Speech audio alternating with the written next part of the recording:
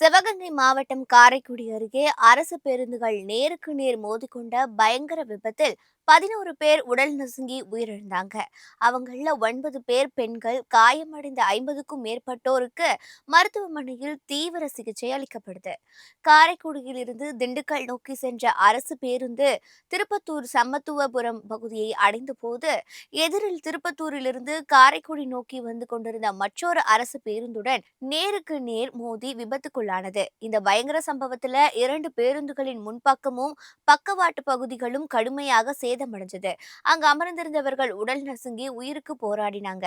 சம்பவ பகுதிக்கு தீயணைப்பு மற்றும் மீட்பு குழுவினர் உடனடியாக விரைந்து சென்று பயணிகளை மீட்பு பணிகளில் ஈடுபட்டாங்க. பலியானவர்களின் உடல்களும் மீட்கப்பட்டது. இந்த கோர சம்பவத்துல ஒரு பேருந்தின் ஓட்டுநர் உட்பட 11 பேர் உயிரிழந்தாங்க. காயமடைந்த 50க்கும் மேற்பட்டவர்களுக்கு மருத்துவமனையில் சிகிச்சை அளிக்கப்படுது. கடந்த வாரம் தென்காசி மாவட்டம் கடையநல்லூர் அருகே இதேபோல 2 தனியார் பேருந்துகள் நேருக்கு நேர் மோதிக்கொண்ட விபத்தில் 7 பேர் உயிரிழந்த சம்பவத்தின் தொடர்ச்சியாக தற்போது மீண்டும் அது போன்ற ஒரு கொடூர விபத்து நிகழ்ந்திருக்கு.